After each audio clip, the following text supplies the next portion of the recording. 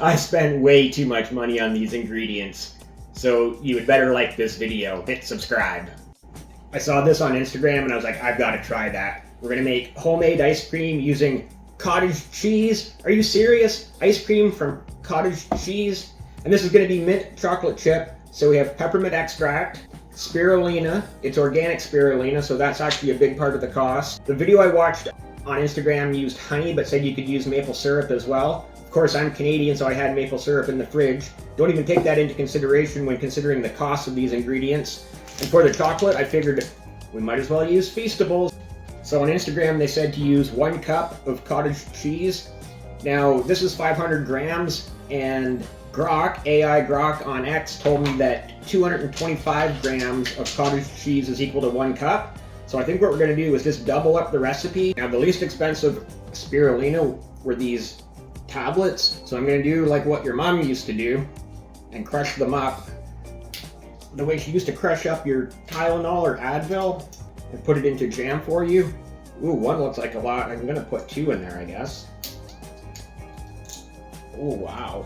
That is green. That's going to add a lot of color to that. And then again, the recipe for 1 cup called for 1 teaspoon of peppermint extract. But you know what? We're doubling up the recipe, so let's go ahead and put in 2. And then again, it called for a 1/4 cup of honey. So let's put in a 1/2 cup of maple syrup. That's pretty close. That's as close as you can get to a 1/2 cup. I don't know what I'm doing with this blender. And pour it into a glass dish. And then we just take our chocolate, and another suggestion was to just cut it. Okay, this is more than half of a Mr. Beast Feastables milk chocolate bar. And just stirring it in there, trying to get it down through.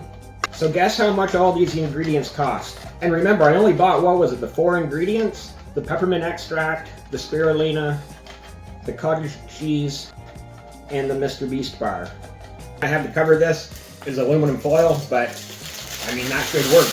And then we'll just throw it in the freezer and come back in a few hours. Let's give it a shot. It's been in the freezer for about 4 hours.